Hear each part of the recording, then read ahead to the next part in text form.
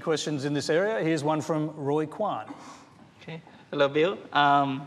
The Bill and Melinda Gates Foundation is separated into two entities.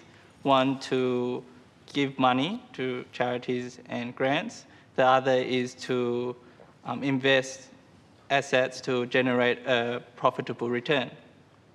Problems can arise and may have already arisen when the goals of the two separate entities conflict with each other. For example, if the foundation invests in a for-profit organization which actually contributes to the very problems that the foundation has been set up to address. What controls have been put in place to prevent the foundation from investing in companies which undermine the underlying goal of the foundation? And has the foundation ever withdrawn investments into companies which actually contribute to the inequalities of the world? Yeah, so as the questioner said, the assets of the foundation are invested in bonds and stocks. So we might own car companies or various things. We have various prohibitions. For example, we don't own tobacco companies. We don't own weapons companies. There's a list of companies that were involved in Sudan that a group got together, mostly universities and us, and decided, okay, that was a banned list that none of us would invest in. We spent a lot of time looking at the so-called proxies of the companies we own to see what sort of initiatives are on there. And sometimes we'll vote against management. There have been a few gay rights issues that we voted against management on. But we don't pretend that the nature of our investments, in and of themselves, that's the good we do for the world. So, for example, we've, from time to time, owned U.S. government bonds. It doesn't mean that we endorse, every soldier in the American Army's activities that day. We own car companies. We're not the ultimate court of justice.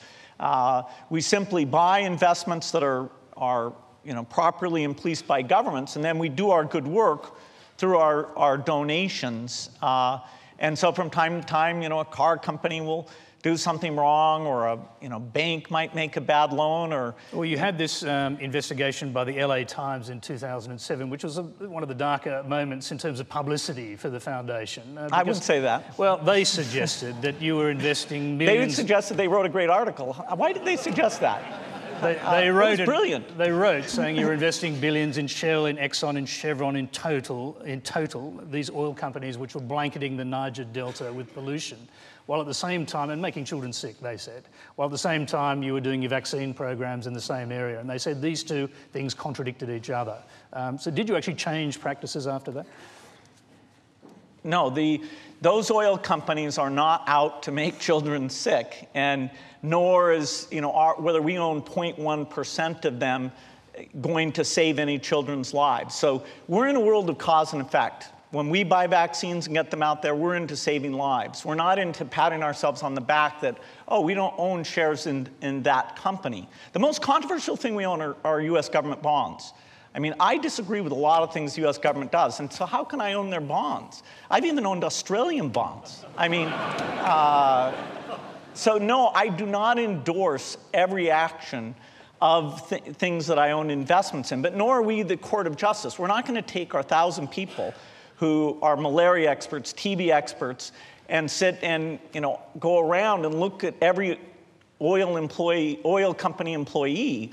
I happen to know something about the Niger Delta situation that I don't blame them as actors at all, but the general point is that we're about our grants, and otherwise we're just a typical investor where the governments are setting the rules. Okay.